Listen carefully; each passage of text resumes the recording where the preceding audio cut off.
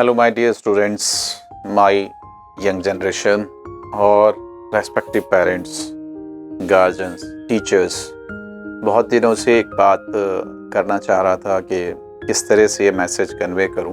Administration भी परेशान है और हम एज ए टीचर हम लोग भी बड़े फ़िक्रमंद हैं इस चीज़ को लेके, और ऐसे गार्जियन, ऐसे खुद हम पेरेंट्स हैं, हम भी, हमारे भी बच्चे हैं, तो हम बहुत ज़्यादा परेशान रहते हैं कि जिस तरह के बच्चों की आजकल न्यूज़ आ रही हैं कि वो क्विट कर दे रहे हैं ज़िंदगी से और अपने आप को ख़त्म कर दे रहे हैं। लेकिन आप प्लीज़ ध्यान से समझ लीजिए कि जब आप अपने आप को ख़त्म करते हैं तो पीछे जो आप अपने गार्जियंस हैं, अपने पेरेंट्स हैं, अपने चाहने वाले हैं, आप उन्हें भी ख़त्म कर जाते हैं। मैं यहाँ ये बात करना चाह रहा था बेटे कि एक चीज़ तो ये ध्यान रखिए कि आप जितना चाहे, पहले मैं एक चीज़ तो ये कहूँ कि ये वजह क्या हो रही है जो मेरी नज़र में असल में होता क्या है, ये हम सब टीचर्स की, हम सब इंस्टीट्यूशंस वालों की, हम सब गार्जियंस की, पेरेंट्स की ज़िम्मेदारी है।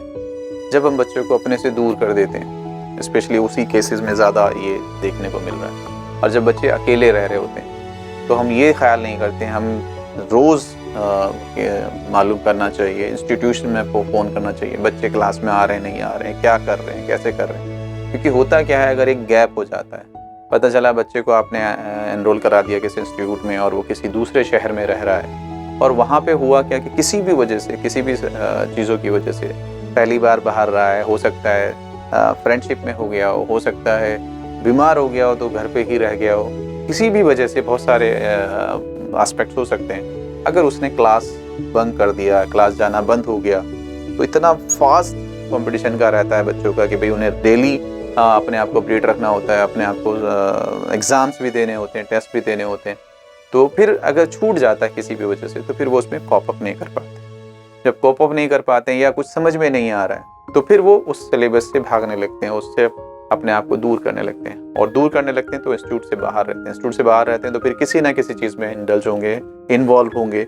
हो सकता है ज़्यादा सोएं, हो सकता है मोबाइल्स देखें, हो सकता है पिक्चर्स देखें, हो सकता है गलत सोसाइटी में चले जाएं, खुदा ना खास्ता कहीं ऐसा ना हो ऊपर वाला करे कि भाई स्मोकिंग, ड्रिंकिंग या नशा, कुछ और ऐसी चीज़ें आप करने लगे। जब बच्चा ऐसी चीज़ें करने लगता है तो फिर कुछ टाइम के बाद, हो सकता है बहुत लंबा टाइम हो गया हो कि 2 साल के लिए बच्चा हमारा रहता है, 1 साल के बाद या 3 महीने के बाद, 6 महीने के बाद, उसे अंदर से गिल्ट फील होने लगता है कि मैं घर से दूर हूँ, पेरेंट्स के पैसे खर्च कर रहा हूँ, अपना टाइम ज़ाया कर रहा हूँ, लेकिन अब मैं क्या मुँह दिखाऊँगा कि मैंने पढ़ाई भी नहीं करी और टाइम भी ज़ाया कर दिया और गलत सोहबत में भी आ गया।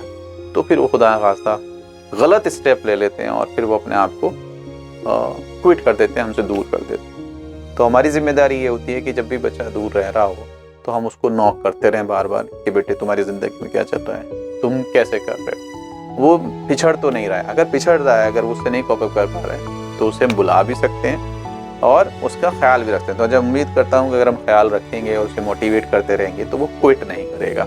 दूसरी बात है, बार बार हम उसको ये कहते रहें कि बेटे ये तुम्हारा फाइनल डेस्टिनी नहीं है। अगर आप चारों तरफ अपनी दुनिया को देखोगे तो ऐसा नहीं है कि जिस कोर्स के लिए, जिस गोल के लिए तुम गए हो उसमें ही कामयाब होने के बाद ज़िंदगी बनेगी। बहुत सारे लोग अलग अलग फील्ड में भी करते हैं। दूसरी बात, मैं अपनी क्लास में, अपने इंस्टीट्यूट में बच्चों को यही कहता हूँ कि बेटे फर्स्ट, नो डाउट हमारा टारगेट यही है जो आपने हमारे यहाँ एनरोल किया है। अगर आप नीट के लिए आए हैं तो नीट आपका फर्स्ट टारगेट है, अगर जेई के आए हैं तो जेई आपका फर्स्ट टारगेट है, अगर किसी और एंट्रेंस के लिए आए हैं तो वो आपका फर्स्ट टारगेट है। लेकिन ज़रूरी नहीं अगर वो आपको मिले, क्योंकि हो सकता है कि आपका लक आपको डेस्टिनी कहीं और ले जाना चाहती है और वहाँ आप बेस्ट बने। बट हाँ, ये कर लीजिए कि जब आप पढ़ रहे हैं तो अपना बेस्ट देने की कोशिश करिए, लर्न करने की कोशिश करिए, क्योंकि जब आप ये सब्जेक्ट, ये कॉन्सेप्ट लर्न कर लेंगे तो फिर अगर आप किसी और फील्ड में भी जाएंगे, इवन अगर आप रिसर्च में जाएंगे, मास्टर्स में जाएंगे, तो वहाँ आप बहुत बेहतरीन करेंगे। तो हो सकता है आप बेहतरीन साइंटिस्ट बने, हो सकता है आप बेहतरीन डॉक्टर, प्रोफेसर्स बने, हो सकता है आप किसी और फील्ड में जाके वहाँ पे कुछ और एक्स्ट्रा ऑर्डिनरी करें। क्योंकि आप यहाँ बैठ के जो बच्चे नहीं ले रहे हैं नॉलेज, उनसे अच्छी आप नॉलेज ले रहे हो, तो एक्वायर करिए।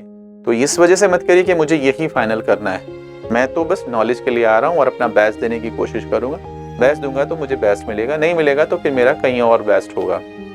तो ये चीज़ मैं हमेशा, दूसरी बात और ये भी कहता हूँ अपने स्टूडेंट्स को कि बेटे 100% मार्क्स नहीं चाहिए, 100% एफर्ट्स चाहिए। जब आप 100% एफर्ट्स देंगे तो आपके रिजल्ट्स भी 100% आएंगे। तो ये है। दूसरी चीज़ ये, बच्चे आप प्लीज़ एक बात समझ लीजिए, आपसे अच्छा गार्जियंस के लिए, पेरेंट्स के लिए कुछ भी नहीं।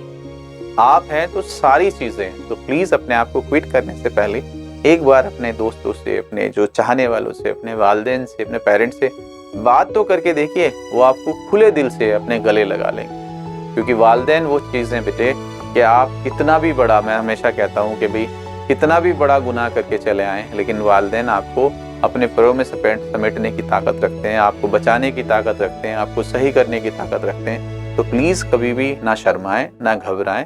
और ये उम्र है बेटे बच्चों की कि हम गलतियां कर लेते हैं, लेकिन गलती का सही करना होता है, ना कि उन चीज़ों से भागना। तो मैं अपने बच्चों से यही कहूँगा कि बेटे क्विट मत करिए बिल्कुल भी, अपना 100% दीजिए।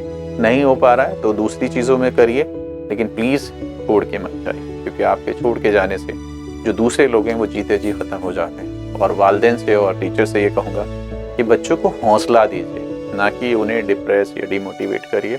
उनको ताकत दीजिए कि वो अच्छे से अच्छा कर सके, और केयर करिए, उनका ध्यान रखिए। तो ऑल द वेरी बेस्ट बच्चे। उम्मीद करूँगा कि इंशाल्लाह हमारे बच्चे अच्छा करने की कोशिश करेंगे।